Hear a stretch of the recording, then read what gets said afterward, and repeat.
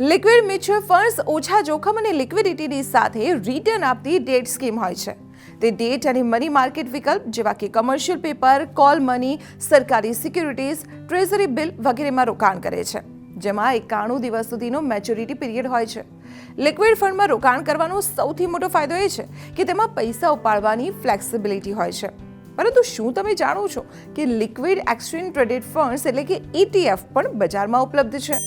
ઝેરોધા fund હાઉસે 9 જાન્યુઆરીના રોજ ભારતનું પ્રથમ growth liquid ETF Zerodha Nifty 1D rate liquid ETF launch કર્યું.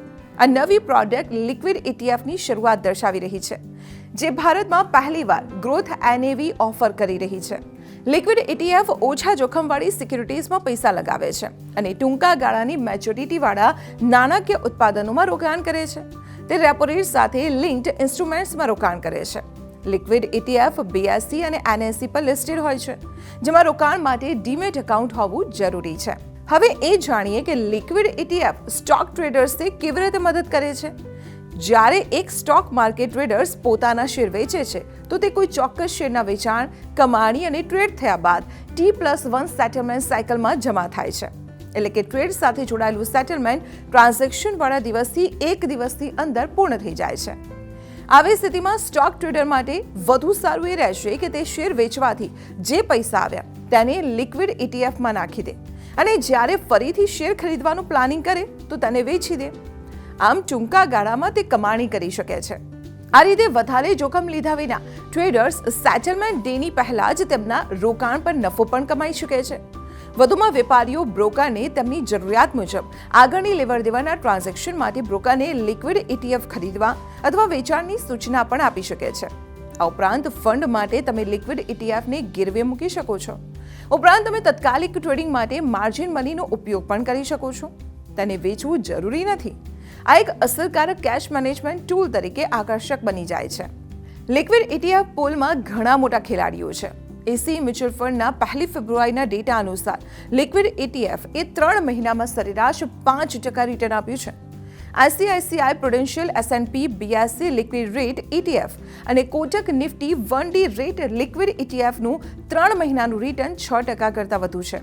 મોટાભાગની schemes indices S&P BSE liquid rate index, Nifty 1D rate index અને ક્રિસિલ લિક્વિડ ઓવરનાઇટ ઇન્ડેક્સ જેવા સૂચકાંકોની સરખામણીએ બેન્ચમાર્ક છે.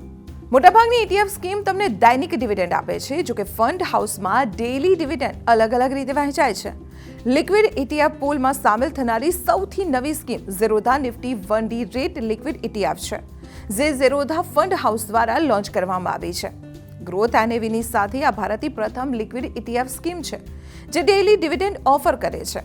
ગ્રોથ NAV એ સુનિશ્ચિત કરે છે કે પોલિસી રિટર્ન દૈનિક ધોરણે દેખાય, જેનાથી રોકાણકારો માટે ETFના પરફોર્મન્સને ટ્રેક કરવાનું સરળ બની જાય છે. જોકે આ રિટર્ન રોકાણકારોમાં ઉમેરાતું રહે છે. આ જ ખાસિયત તેને અન્ય સ્કીમોથી અલગ પણ પાડે છે. તો ચાલો હવે એ જાણીએ કે લિક્વિડ ETFમાં શા માટે રોકાણ કરવું. જો તમે એક સ્ટોક માર્કેટ ટ્રેડર કે એક રોકાણકાર છો અને જો તમે ઇમરજન્સી કોર્પસ બનાવવા માટે ઓછા જોખમવાળા ફંડમાં રોકાણ કરવા માંગો છો, તો લિક્વિડ ETF તમારા માટે છે. તમે આમાં ઓછામાં ઓછા 3 મહિનાથી લઈને 1 વર્ષ સુધી રોકાણ કરી શકો છો. લિક્વિડ ETF પર વાર્ષિક 0.25% કરતાં પણ ઓછો ખર્ચ આવે છે. લિક્વિડ ETF સ્પેસિફાઈડ મ્યુચ્યુઅલ ફંડની કેટેગરીમાં આવે છે. સ્પેસિફાઈડ મ્યુચ્યુઅલ ફંડ્સ સ્થાનિક ઇક્વિટી શેરમાં 35%થી ઓછા એક્સપોઝરવાળા હોય છે. 1 ફેબ્રુઆરી 2023 બાદ લિક્વિડ ફંડમાં રોકાણથી થતી આવકને શોર્ટ ટર્મ કેપિટલ ગેઇન તરીકે ગણવામાં આવશે અને આ આવક રોકાણકારની વાર્ષિક આવકમાં ઉમેરવામાં આવશે, જેના પર સ્લેબ મુજબ ટેક્સ લાગશે.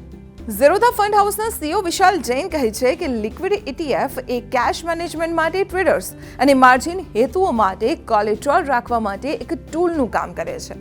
તે પણ એવા સંજોગોમાં જ્યારે એક્સચેન્જ તેમને મંજૂરી આપે છે. રોકાણ કરતા પહેલા ટોટલ એક્સચેન્જ રેશિયો એટલે કે TER અને એક્સચેન્જ પર લિક્વિડિટીને ધ્યાનમાં રાખવી ખૂબ જ જરૂરી છે.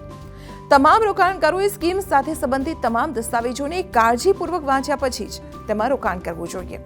લિક્વિડ ETFમાં રોકાણ કરતા પહેલા તમારા નાણાકીય સલાહકારની સલાહ અવશ્ય લો, જેથી તમે આ પ્રોડક્ટને સારી રીતે સમજી શકો અને તેની સાથે સંકળાયેલા ફાયદા અને ગેરફાયદાને પણ સમજી શકો.